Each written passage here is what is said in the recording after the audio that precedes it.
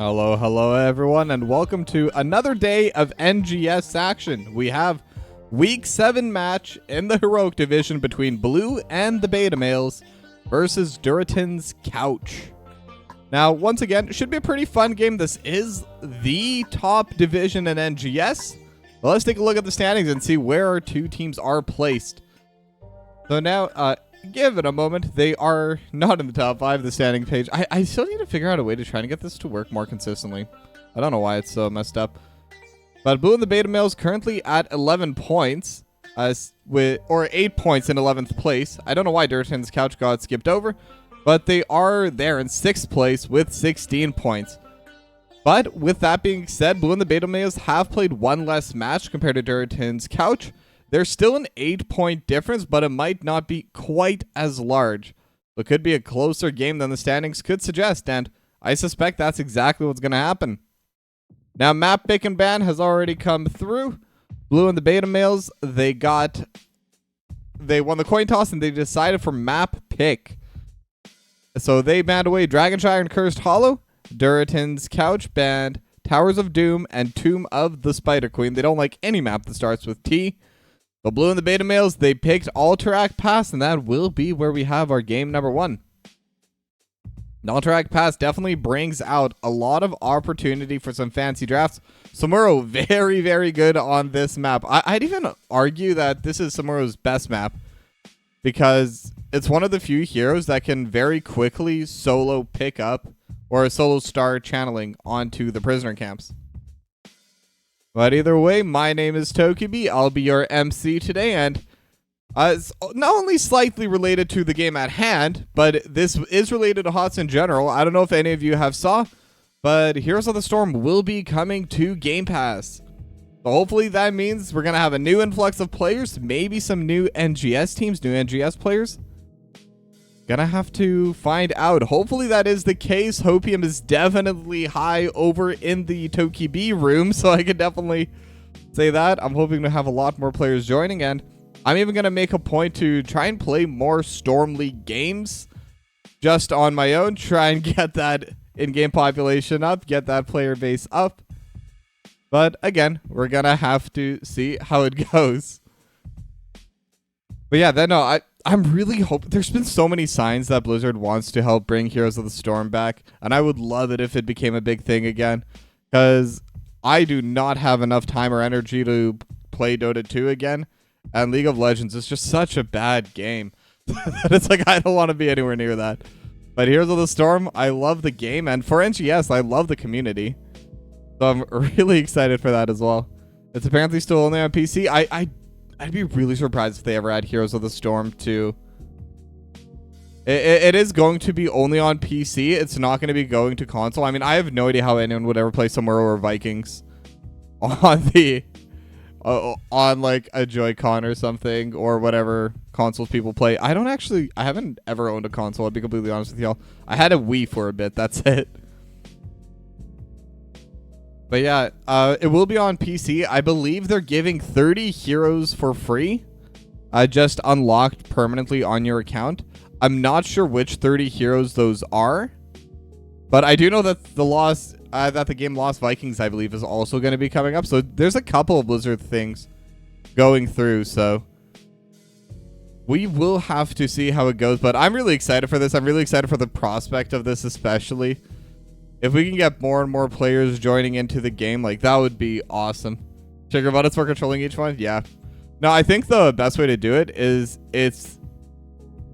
you have to have the Joy-Cons, except you have to have a third one, kind of like they had for the N64. And you have to connect all 3 of them, each one controlling a different hero. I think that'd be the only fair and fun way to do it. Oh, so they don't say which ones it is? That's a shame. Whatever. I'm sure it'll be... I'm guessing they'll probably have, like, a couple from each role. I suspect, like, stuff like Raynor, Artanis. Give me one moment.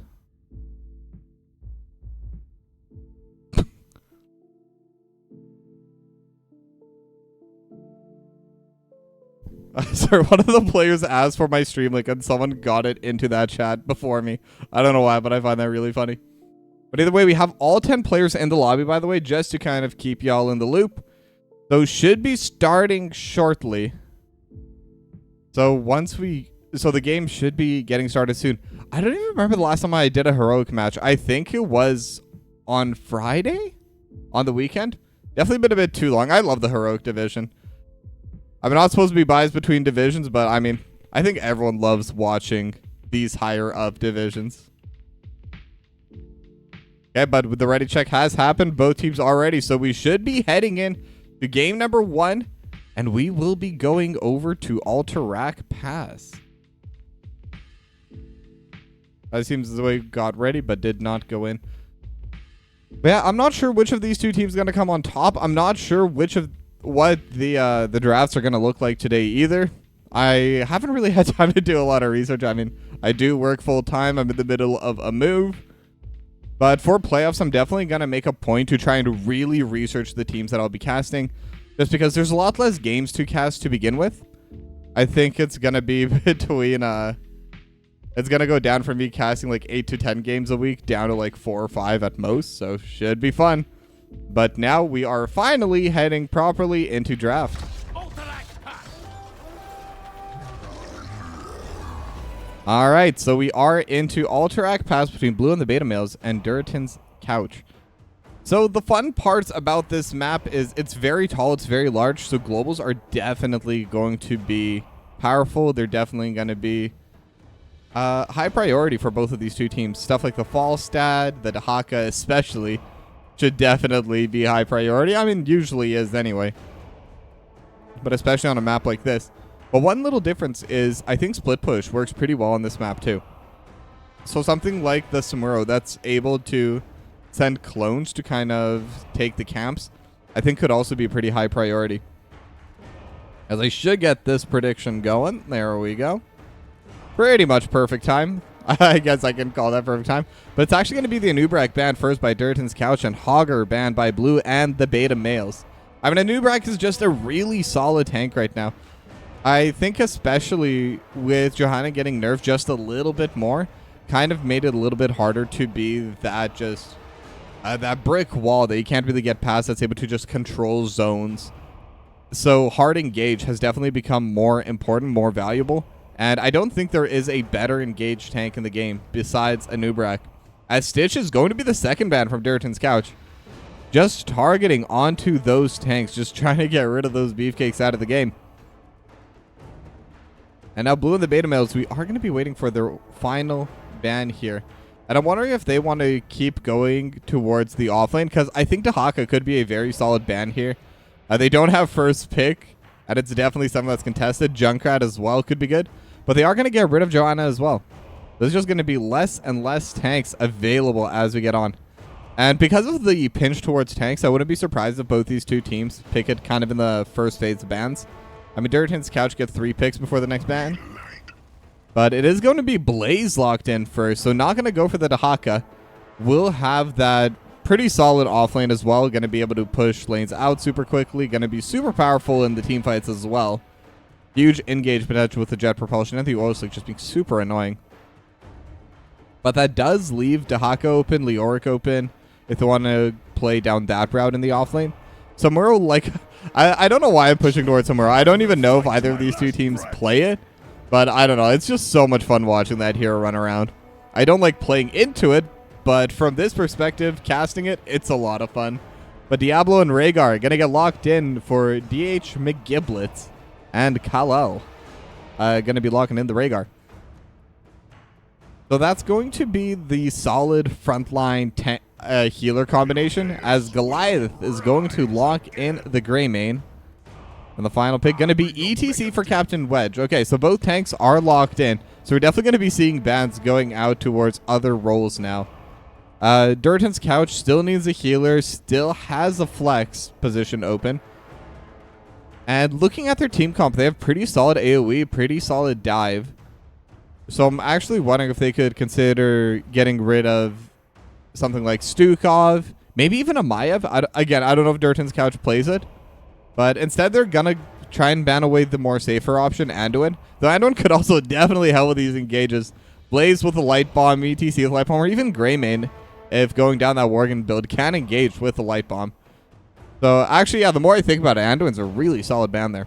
And that's why Blue and the beta males are the ones banning and not me. But Durotan's Coucch, I think they're going to have a harder time picking something to ban. They're just going to go with the Vala, which again is a pretty generic pick. And that's just because with Diablo and Rhaegar, you're not really showing your draft identity. You're not really showing what strategy you're going for. It's just a solid engaged tank and just a solid all-round healer. I mean, Rhaegar, it's kind of good in most situations. But now Eternal Blue is going to lock in the Junkrat. So that's definitely going to help contesting onto these points. And Hippo going to play the Chen. Now that's a pretty interesting pick to me. Now this is going to be matching against Blaze. And I don't think either of them can really push each other off. I don't think Chen has enough damage to out DPS the heal Blaze has, and vice versa for the shielding that Chen has. So these are just going to be two heroes kind of going back and forth with the push. I believe Blaze has the stronger push, but Chen may have the stronger team fight later on, especially the zoning. As Deathwing going to get locked in for I Just Fizzed, and Tyrande going to get locked in for Yonners. So this is a very beefy frontline for Durotan's Coucch. And I'm kind of wondering if this is going to be the Worgen build for Greymane. Because I think without the Worgen build, they will be lacking a little bit of damage. And they will have that extra safety just from this massive frontline. But I think Blue and the beta males, they need a true DPS here. Otherwise, they're going to struggle. And it is going to be the Sergeant Hammer. Okay, so they do have that true DPS. And most importantly, they don't really have anyone that can jump on the backline on the side of Durotan's Coucch. They have a lot of beefcakes, but they're all very short ranged. So this Sergeant Hammer, I commonly refer to it as a draft breaker, and it very well may have been again this time. I do feel a little bit bad for Durotan's Coucch. It's going to be a little bit of a difficult game to play, but I also believe in them. Let's get a close game, and let's get a final start to game number 1.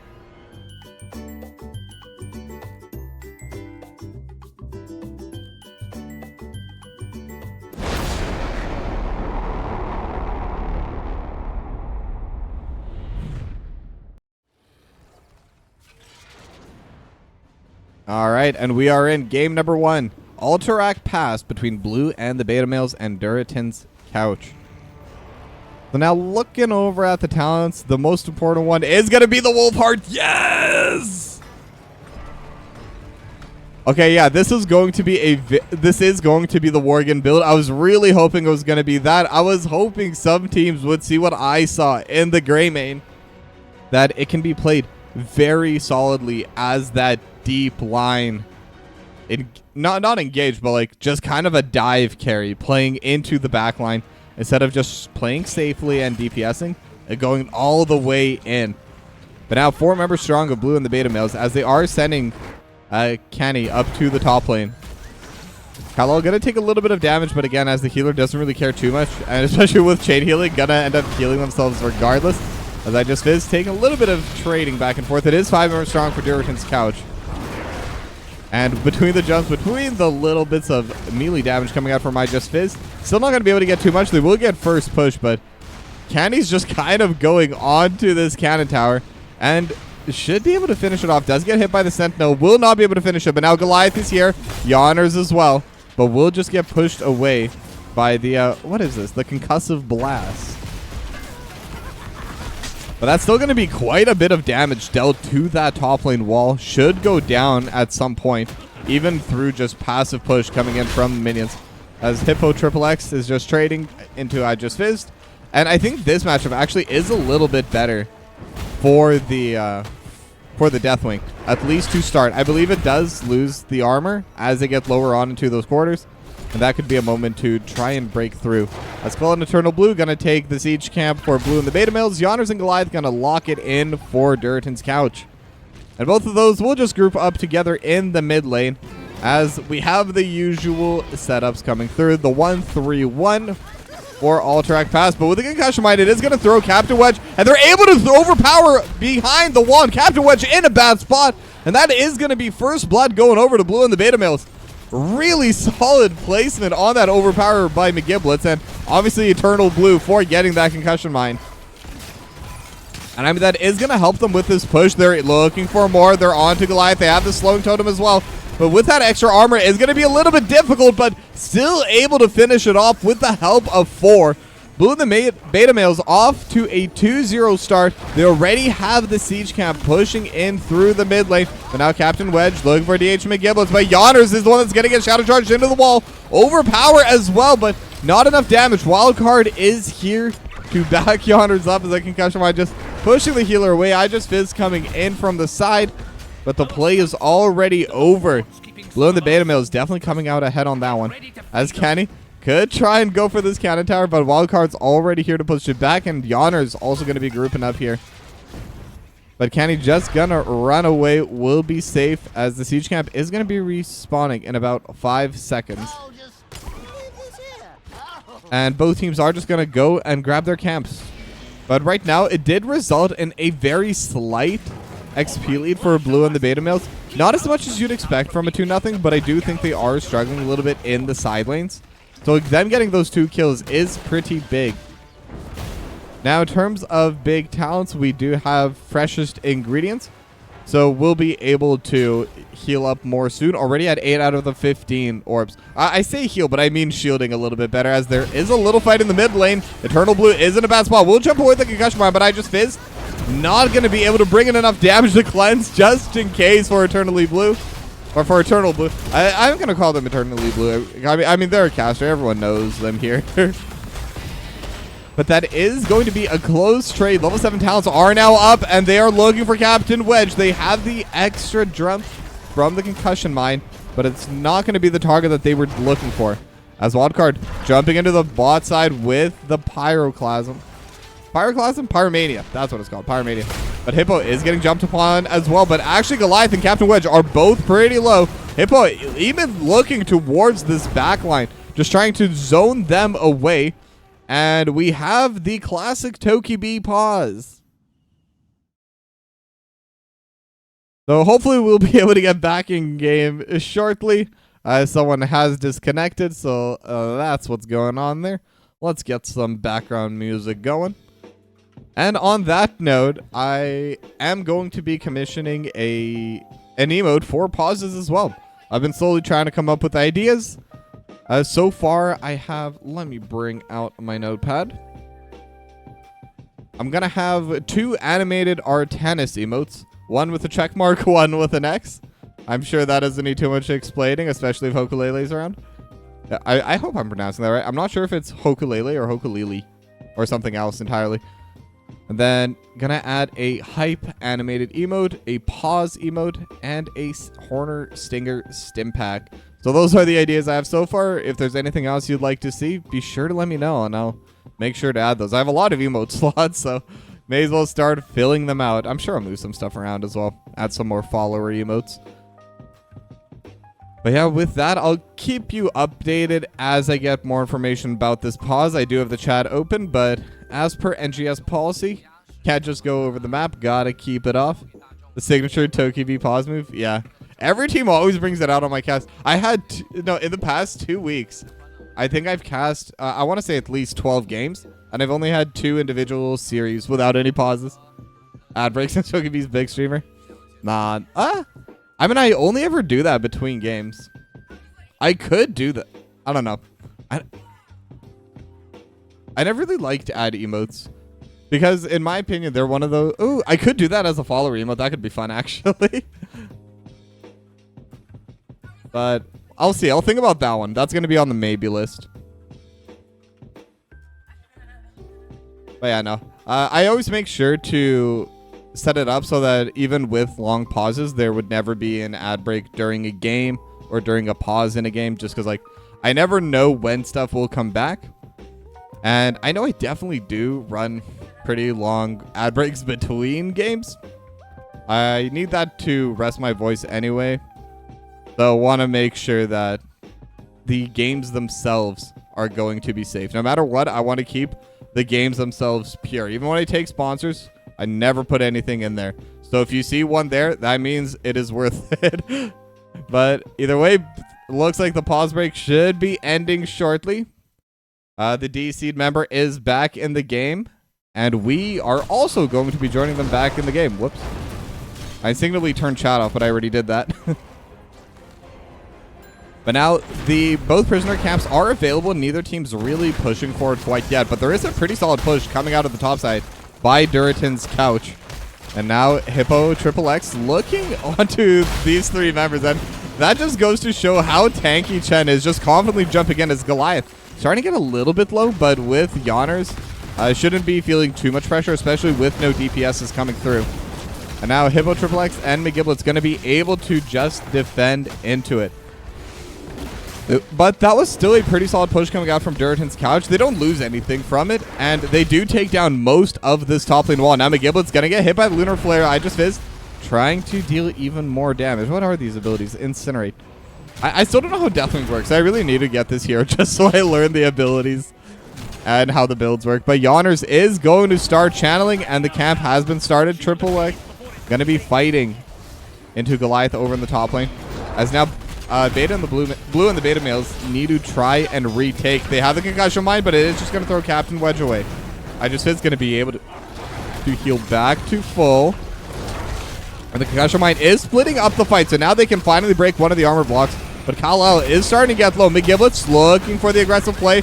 3 seconds left, though, and they should be able to just finish this off. I just fizzed might go down, but with the Cataclysm able to jump away in time, will be safe as the first set of cavalry is going to be coming through now for blue and the beta males. They do lose their mid lane wall forward and their bot lane wall forward, as you kind of left a Sergeant Hammer alone in the bot lane. So it's really going to come down to how much can they get with this set of cavalry. They need to reply more than what they lost. The level 10s are going to be coming out from both teams now. Durotan's Coucch just dinging over mid-sentence, as they have already crashed the cavalry over to the mid lane. It is just going to be McGiblets and Kal-El defending onto this. So I do believe they can get pretty good value onto this wall. Captain Wedge going to be hit into the wall. Starfall going to get used as well by Yawners. But now this wall should get cleared away soon. Riptire just to help clear the wave. And a couple more hits, and they will finish that off. So they do lose their mid lane wall. Bot lane not even going to lose the entire wall.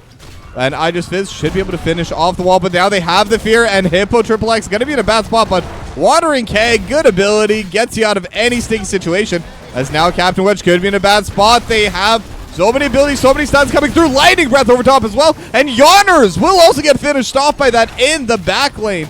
So that is going to be a 2-0 in favor of blue and the beta males. However, Durotan's Coucch did get a pretty solid push there. But now there is going to be time for blue and the beta males to try and get a response. I Just Fizz going to get spotted out here as the top lane boss is getting started. And Candy just doing Sergeant Hammer things, being an absolute pain in the off lane. Just pushing onto these different forts and these different lanes all together. Now they did get pushed off the boss. I Just Fizz was able to do that while we were watching the bot lane. So they're not going to be able to get too much from this, but they will be able to get more and more pressure between lanes. And structures are pretty much tied right now, but the kill score 4-0 in favor of blue and the beta males. But with only about a third level lead, it's not too big a lead. They'll definitely have some timers when they will have those talent advantages, assuming the status quo is kept. But they're definitely going to have to use it. It's going to be a pretty tight window where they do have the clear advantage. And speaking of which, they're about to hit one of them. Canny is here with the Sergeant Hammer, and it looks like they're going to try to really force down this mid lane fort. And I think with the Sergeant Hammer, they definitely can, as Eternal Blue trading a little bit with Wildcard, as all members are going to start grouping here towards the mid lane. They are going to send Candy to the top side, but McGiblets is going to go through. Wildcard going to get overpowered into the back line. Starfall just helps zone on the back line, but Goliath just going in, and Hippo Triple X just trying to follow this. The concussion mine will knock them backwards.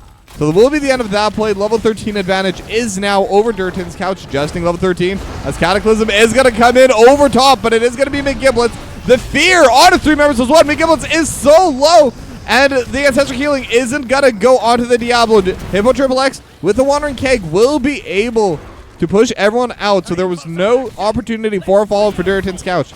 And because of that attempt, bot lane's pushing in by Eternally Blue. Kenny starting to push in on the top side. Has to trade with Wildcard. And with the... I always forget what this ability is called. The Concussive Blast will be completely fine. But now the next set of trading is going to be happening over in this bot lane. That is where the opportunity to take this next set of cavalry is going to be coming through. I just fizzed, already down to 30 armor. Only needs a little bit more damage dealt. And obviously gets a lot more value staying full HP. But unfortunately will need to fly up before it can get that 40 armor once again, as Kenny and Wildcard just still consistently trading back and forth. But eventually this will be a winning trade for Kenny with the, once again, the Concussive Blast going to be able to push him away. But there is a fight happening in the mid lane, but Wandering Keg gonna get used, as it is the single perfect get out of jail free card for any hero in the game. Now Kal-El and Eternally Blue gonna lock in the siege camp. Goliath going to be finishing off the one for Durotan's Coucch.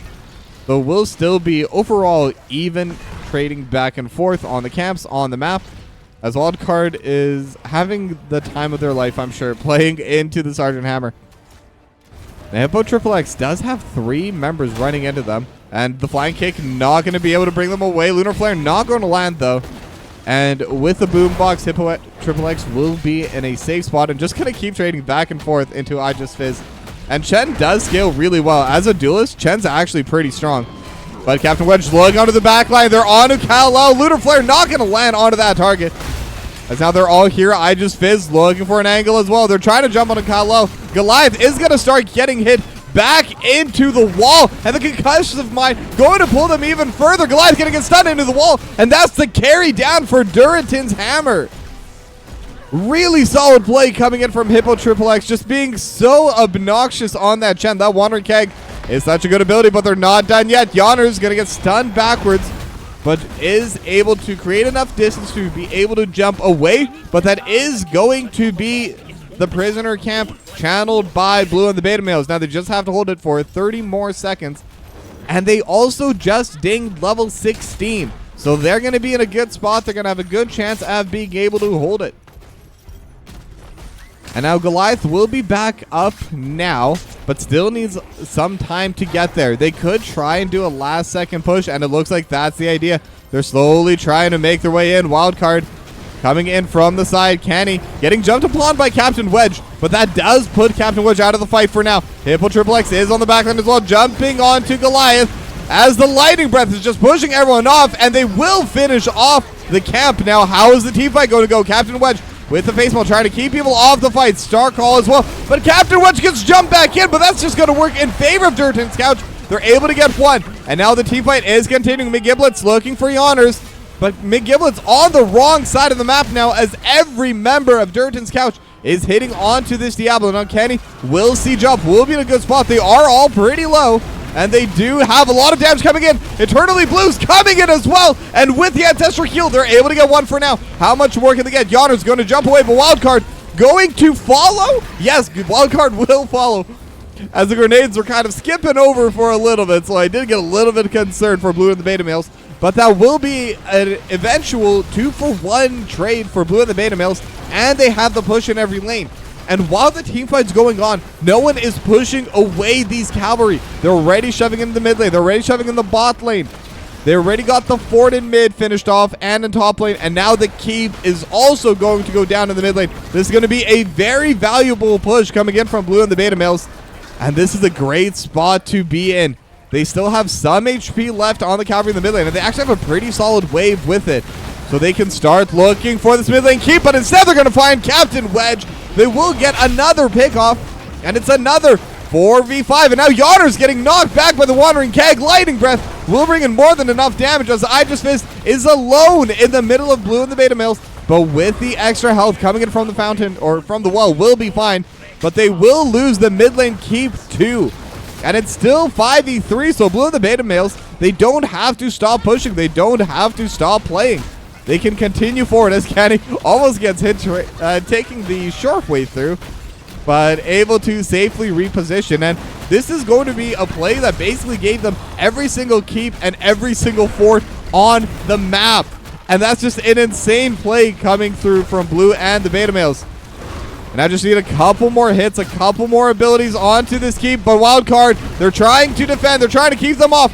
Wildcard still playing. DHB Giblet's going to be in a bad spot with the Shadow Charge. Able to get away. And Ancestral Healing just in time. Stage Dive onto the backline. And with the bunker, and they're able to dodge out on the Watering Keg. Not going to be repositioned that way.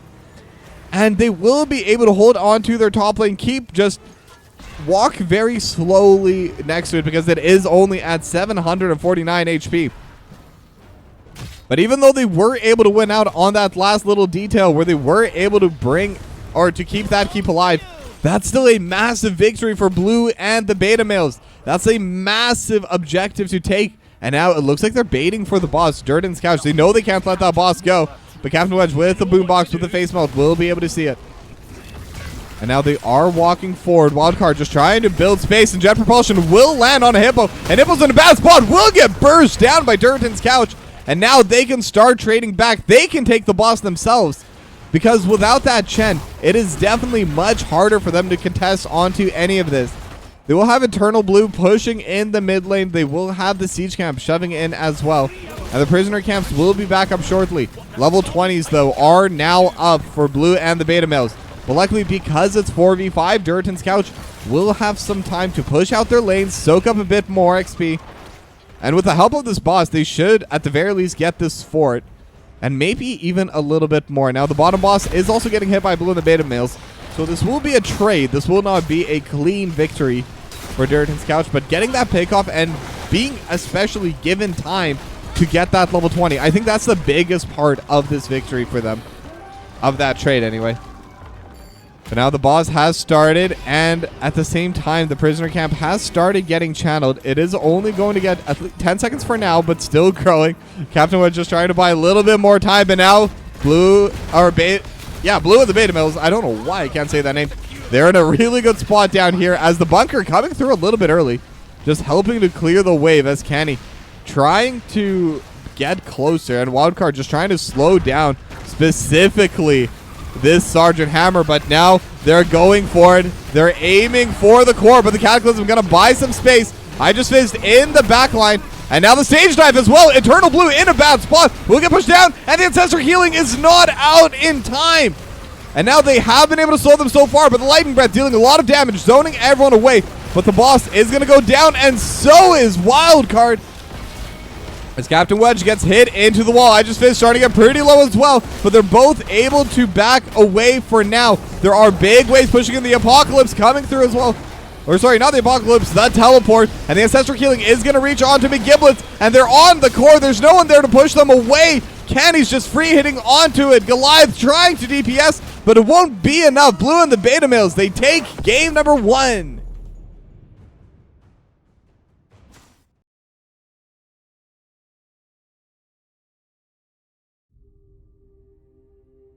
And that'll be it for game number 1. Blue and the beta males, I mean, it was so back and forth until they got their prisoner camp, and it all came from just one pick and one good team fight after they got the camp as well.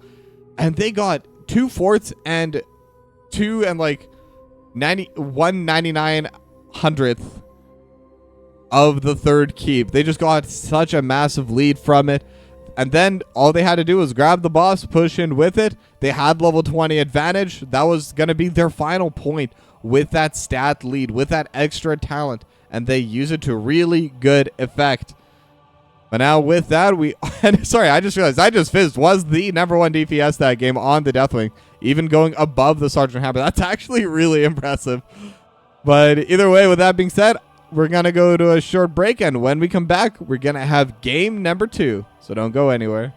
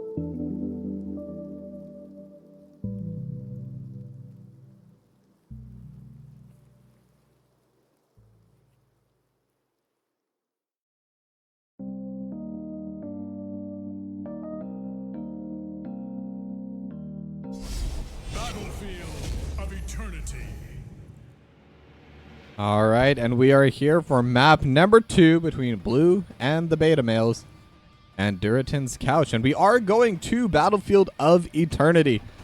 Gonna be a super fun map. One of my favorite maps, as I always say, this and Brax's Holdout. Super excited for this. Now, this may or may not change the bans. For the most part, they have been targeting out those tanks. The Hogger was the only non-tank banned away, and Blue and the Beta Male is going to be able to ban it away once again. But Durotan's Coucch, last time they did ban the Anubrak, but this time they're going to ban away the ETC that was played in game number 1. Not going to be allowed in game number 2. And I'm trying to remember what the other bans were. They had Anubrak and Joanna, and I believe Garrosh? Might be wrong. I don't know. They banned away 3 tanks. That's all I remember. But ETC was definitely not one of them. And Anduin actually going to be banned away in the first phase this time by Blue and the Beta Males, trying to prevent that extra light bomb, the leap of faith, any kind of extra defensive ability. That's a pretty interesting ban to move out into the first phase. And no one's banned away any of those racing heroes either. So Li Ming is still available. Vala is still available, as Garrosh will get banned away once again. So Anubrak is going to be replaced by the ETC this time. And Joanna is going to be available in this first phase of picks. But now for first pick, Blue and the Beta Males, there's a lot of racing heroes they could pick. Like I said, Li Ming is available, Vala, Greymane. Technically Raynor, though I don't expect Raynor to get locked in, is also pretty solid at this. And this is one of those maps where Tannis could get picked. And Li Ming, also one of those really solid heroes for taking down the Immortals. But now, I would suspect Durotan's Coucch will pick at least one of their racing heroes here. Otherwise, they will lose out in this next set of bans as well.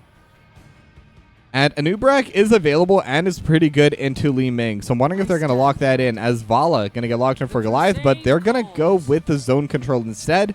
They're going to lock in the Joanna.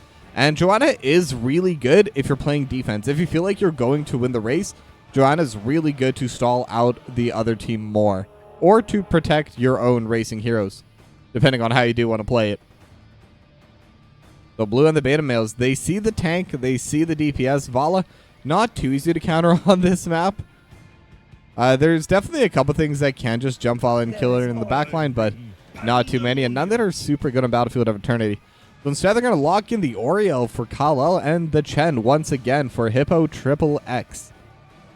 So the next set of bans is going to be coming through. Durotan's Coucch, they could continue squeezing on the tanks. It still hasn't been picked by Blue and the Beta Males. Last time they did enjoy banning out the Anubrak. Could try and ban it in the second phase this time around instead. Diablo performed pretty well for McGiblets last time. But they are just going to settle with the Anubrak. Not going to let that through even further. Now, Blue and the Beta Males, what can they ban away? There are still healers available. Last time, the healer was picked up a little bit earlier for Durotan's Coucch, and could start pushing in further in that regard. The other opportunity they could present, I could try getting rid of some more of those DPSs. Chromie is available. I think could be decent here as well. But I said they're going to ban away the Brightwing. And I think that does make a lot of sense. Li Ming's going to be dealing a lot of magic damage. So having that free spell armor that can be put onto anyone would be very strong for Durotan's Coucch. Would definitely lower the overall teamfight DPS. Especially since Li Ming primarily can only hit the frontline targets. But it is going to be Rhaegar and Leoric coming in for Durotan's Coucch. So unfortunately, Hoku doesn't seem like there will be an Artanis unless they do try to do a DPS one. So I can continue baiting you further. And I have seen that before. I have seen a 4-core Artanis locked in. But I don't know if this is going to be the map or I don't know if this is going to be the team comps that kind of rely on that. Hanzo's going to lock in Eternal Blue, and Dahaka going to get locked in for DH McGiblets. So now that we're on the smaller map, Dahaka is finally going to be able to come out and play, going to come out and prowl. Definitely not worth the ban this time around, I think, because it is a smaller map, but it is also still one of those really powerful offlaners, especially with the drag. If they're able to land it onto Yonner's on Goliath, it could definitely cause a kill. As I just fizzed with the final pick, gonna lock in the Thrall. Now, this is looking more and more like a protect the Vala and then team fight composition, because they have so many strong team fighters on that team. But once again, Durotan's Coucch, 2 games in a row, kind of going with the single DPS strat on Goliath. Like, Thrall this time will definitely deal more damage than they had last time. Although, as I say that, the Deathwing was the #1 DPS last game. But either way, going to be a fun game, as it is going to be a main tank Chen as we head into game number 2.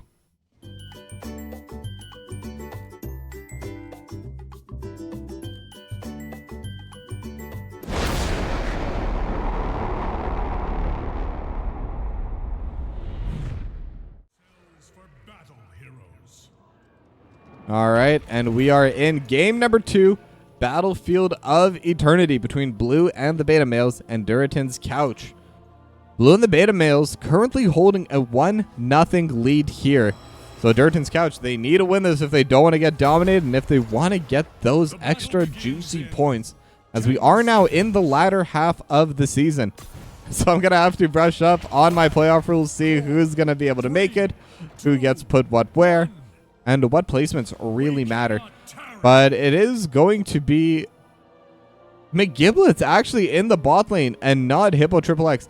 Is this a main tank Dehaka kind of strat? I mean, that's what it seems like over in this bot lane, as they are jumping onto McGiblet's immediately.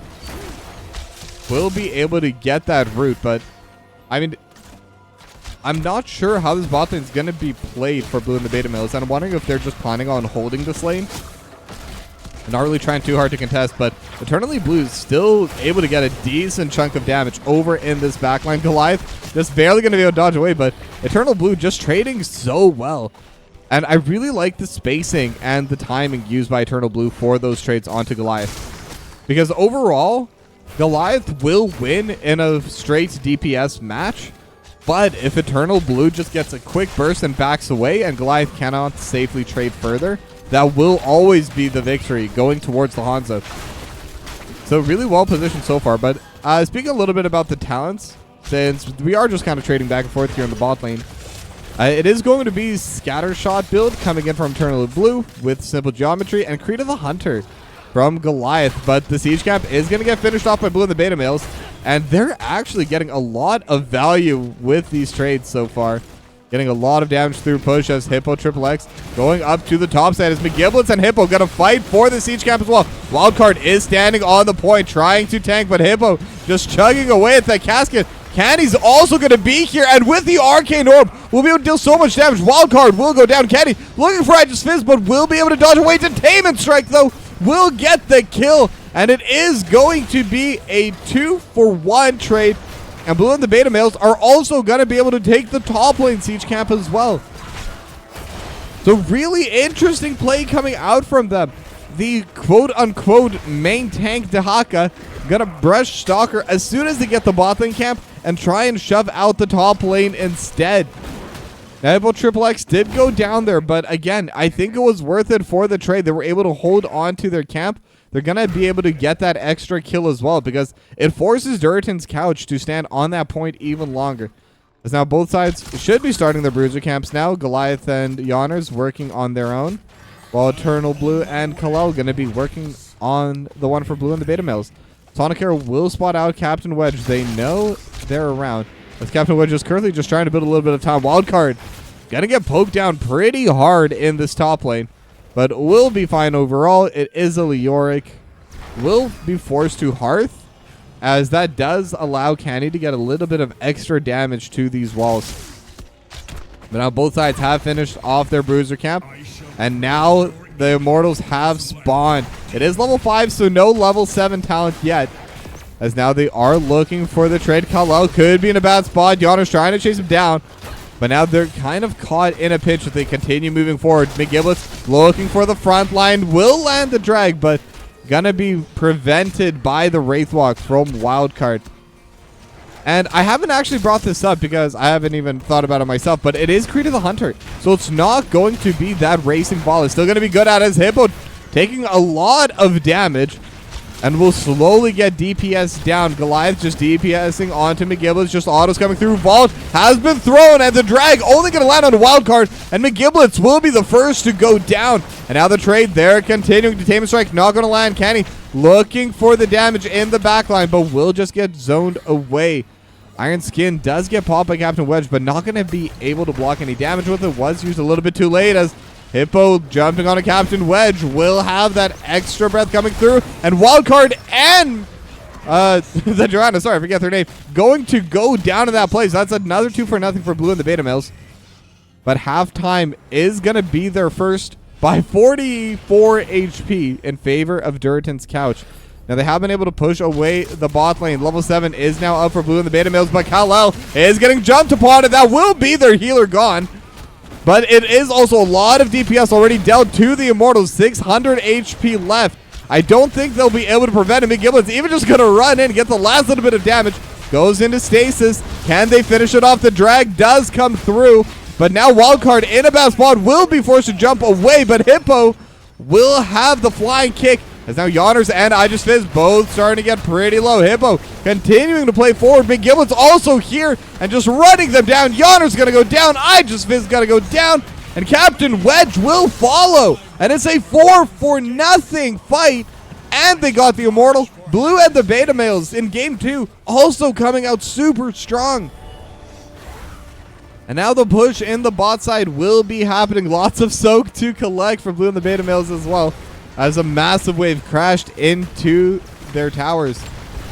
And now the wall's already gone. The Immortal's still quite healthy, and they have the inside track. They're going to be able to just freely hit onto it, at least for a little bit, as 4 members of Blue and the Beta Males are here. And now Hippo is going to be joining in with the team as McGiblets goes up to the top. So they're not going to be able to finish off the fort yet, but it is going to get quite low, as now they are jumping onto Eternal Blue and will be able to finish it. Condemn onto Kal-El. Kal-El starting to get pretty low, trying to heal back up, but with the autos coming out of Goliath, will almost have enough damage, but will be able to heal up the last second, and instead they're able to trade it back onto Goliath. And that's going to be another one of those stacks gone. The Wildcard look on the back line. Level 10 is going to be coming out shortly, but Kenny is going to go down. McGiblet's not going to follow. Is a little bit too tanky. And that was a pretty big win for Durotan's Couch. Now, heroic abilities are available for Blue and the Beta Males. It is going to be the Crystal Aegis coming out of Kal-El. That's usually the one that gets split. And Wandering Keg for Hippo. And now they don't want to try fighting into this. They know that they have massive abilities coming through. But that's still a big team fight for Durotan's Couch to win. They're still a full level down, but it will give them at least a little bit of breathing room, as Wandering Keg still going to get used. I Just is going to get knocked into the backline. Is going to be in such a bad spot. Should get finished off here, but trying to survive for now. Yonners with the cleanse. Going to body block as well. Dragon Arrow going to land on it too, and I Just Fizz will be able to back away. But Yonners and Captain Wedge will not. Trying to save their teammate. They lose their lives, as Blue and the Beta Males will also get the bot lane fort as the Immortals start to spawn. Now Wildcard, at the very least, will be able to get the siege camp in the top side. We'll get something for Durotan's Couch, but it's definitely starting to look worse and worse for them. Level 10s, the heroic abilities are finally there. It is going to be Sundering, interestingly enough, coming out from the Thrall, as now both sides going to finish off their camps, and it is going to be the defensive spawn coming in. Both of the Immortals going to be on their team side. Now the Bruiser camp is finished off, so Durotan's Couch can now finally approach. They are tied on talents right now, so there is a level disadvantage, but there is no talent disadvantage for this fight. I think Durotan's Couch, this is where they need to go. They need to try and get something working out in their favor. But it's so difficult to walk up because there's so much poke, as now Wildcard could be in a bad spot. Wraithwalk having to be used super defensively. And with the Bruiser camp also pushing into their wall already, they just have to back away and give up this halftime before the fight even started. But now Captain Wedge playing forward will get knocked back by the Detainment Strike. But that isn't going to be up for a little bit, as now they're still trading. Kenny just damaging the Immortal over the wall, but the team fight could be coming out now. Dragon Arrow is going to land onto Goliath. Goliath vaulting away, but now the Crystal Age just used on the backline instead of healing, and Goliath is able to rejoin the fight, as Eternally Blue is still healthy. Hippo Triple X just trying to jump onto the back line, but Goliath following onto this Chen, just trying to run it down, but Eternally Blue is the one that's going to get caught out and will get finished off. They will trade back 1-for-1, but now they're going to have a lot less DPS. Kalel also in a bad spot, and Tube already has been used. So it's a 1-for-1, DPS for DPS, but Canny's still going to be able to just damage over the wall, and Durotan's Coucch, they're just going to try and trade it back. They know they can DPS a little bit harder now. They know they're going to lose this Immortal, but they're at least getting damage into that shield. Going to take about half the HP off of it.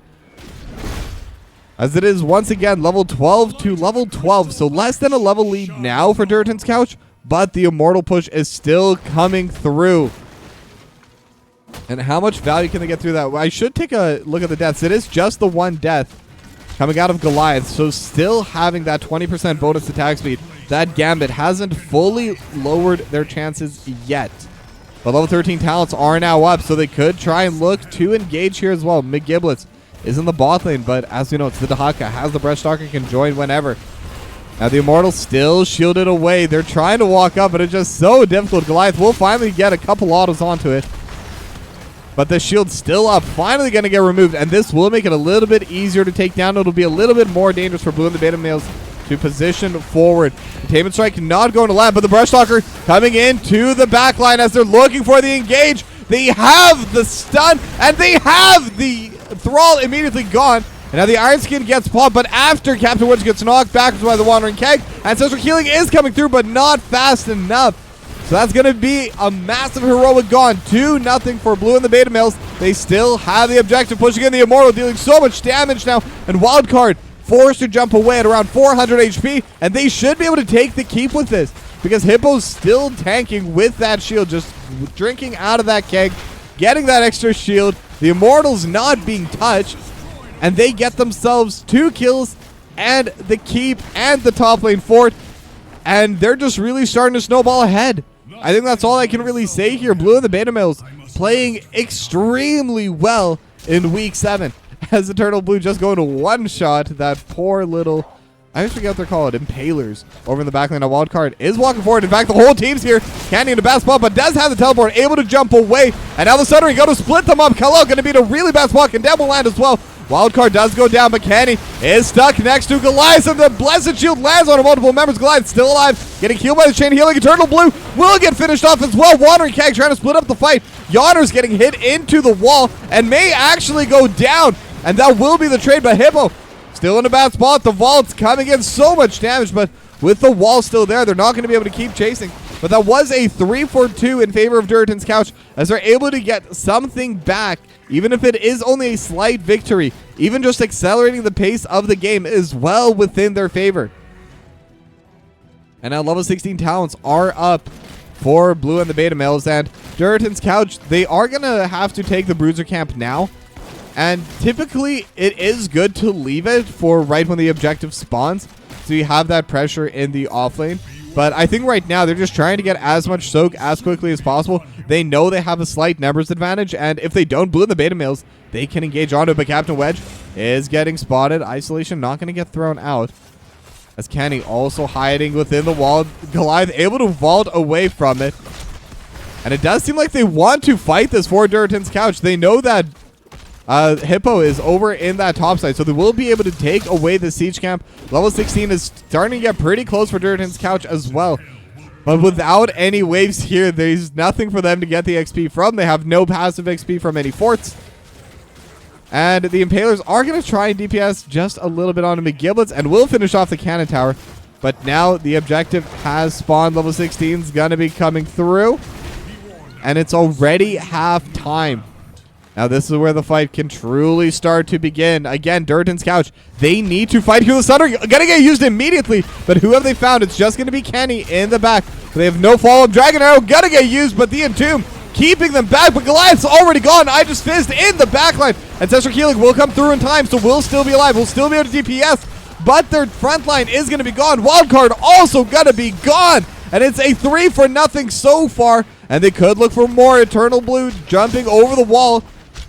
And we'll stop chasing now, but again, with another 3-for-0, this is going to be a very strong and very healthy Immortal pushing into the bot lane. and this could be a push to end the game if they're able to get any kind of fight started underneath this keep. The wave already pushed in. McGiblets making sure of that. And Hippo trying to make sure that the top lane's getting shoved in as well. And Durotan's Coucch, they're on their last legs. They need this to be a successful defense. If they're able to do that, they will have some more opportunities for team fights. But even then, level 20s are going to be coming out soon for Blue and the Beta Males, definitely before the next Immortals do spawn. And now they're already sieging onto this wall, getting some pretty solid damage, and the Immortal only now arriving. All 5 members of Durotan's Coucch are up now. Dragon Arrow is going to land onto iJustIz with a cleanse. Is going to be coming through. Hippo gonna get hit by the Ravenous Spirits, and jumping onto Goliath will have the Wandering Keg, but not able to zone too hard. Captain Wedge will be able to retake the space at the front, will even tank up a little bit of that poke from Kenny and Eternally Blue. And this is a very solid defense coming out from Durotan's Coucch. McGiblets in a bad spot, looking for the drag, not able to land it. As the Condemned just pulling Kal-El back, and it will be the keep going, but they did lose any team fight afterwards. They're not going to be threatened for the game, as Kenny might be in a little bit of a bad spot. They are looking for that angle play. Wildcard gonna spot out Kenny, but with the Entomb, the teleport is up again. Such a short cooldown, and that's gonna be a massive trade of abilities. Without the Entomb, the team fights get so much harder. As a Brush Stalker coming in from the back line, McGiblets gonna be here. The team fight will start breaking up now. The drag not gonna land, and McGiblets could be in a bad spot. Doesn't get hit by the Rain of Vengeance, and will get finished off. iJustIz healed by the Ancestral healing. Now Wildcard just trying to DPS on the backline. Wandering Keg throws Wildcard into the wall, but Eternally Blue gets hit by the Condemned, and so much damage. Blessed Shield as well. They're able to get one more for the trade, and now they will be able to start pushing onto this wall and could even look towards this fort, but it will be difficult because they do need to send someone back. There is a wave shoving in, but they will be able to take this siege camp, and they will have a wave pushing in the bot lane soon. So if they want this fort, they could go for it. But it looks like they're not aiming for the fort. They're aiming for a team fight. The Bruiser Camp is going to be there and will barely be taken by Hippo. They will be able to defend against it immediately. Just going to clear it out before it's even able to start causing trouble. But, oh, that could have been such a nice play if they were just even a quarter second faster. We had it in the NGS general chat today. If they had the 1% faster mount speed, that would have made a difference, legitimately. But now the Bruiser Camp is pushing in through the bot lane, going to take down the Impalers, but the Siege Camp going to get finished off by Durotan's Coucch. And they managed to accelerate the game a little bit, but still, the Immortals are spawning in 10 seconds. They're still level 19 to level 20 of Blue and the Beta Males, as they have a lot of big cooldowns, and they also have a wild card. Kind of caught out. Candy will be able to get that kill. And 4v5 with the Storm talent advantage. It's definitely going to be difficult for Durotan's Coucch to kind of fight this off. They can DPS a little bit, just try and lower the shield, but this is going to be a very difficult defense coming up for them. Luckily, of all members to lose, it's definitely better to lose wildcard, just trying to lower that that respawn time. But right now, instead, Durotan's Coucch just going to try and get the push, and it looks like they want to try fighting before level 20. They're on to Hippo, just trading back and forth. The Arcane Orb will still deal damage to the Immortal. 4,500 HP left. Level 20 still not going to be coming out anytime soon, but the structures are going to be down. Wildcard is going to be back up.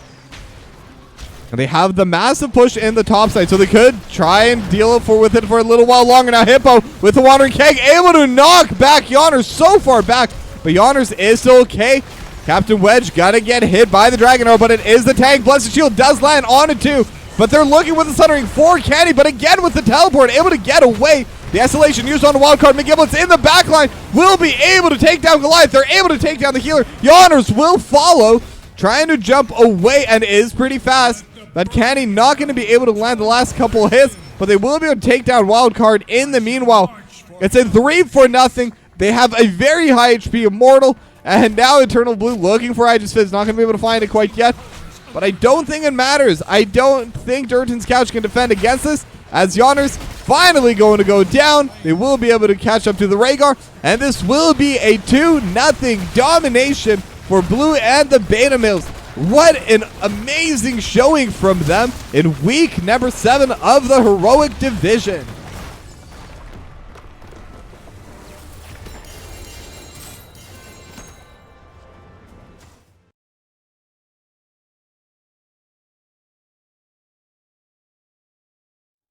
I mean, not too much to say about this game.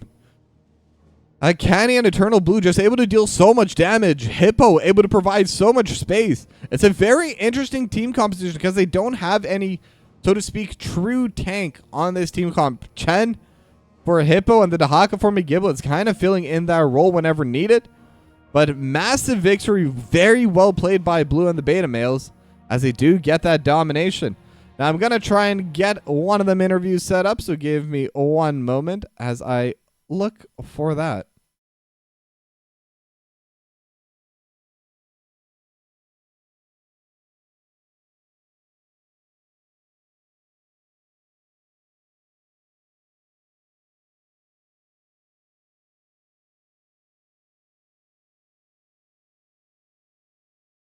Okay. Hello, hello. It's a good word. Not much. I am joined here by Eternally Blue. And congratulations on your 2-0 domination over Durotan's Coucch. How does it feel?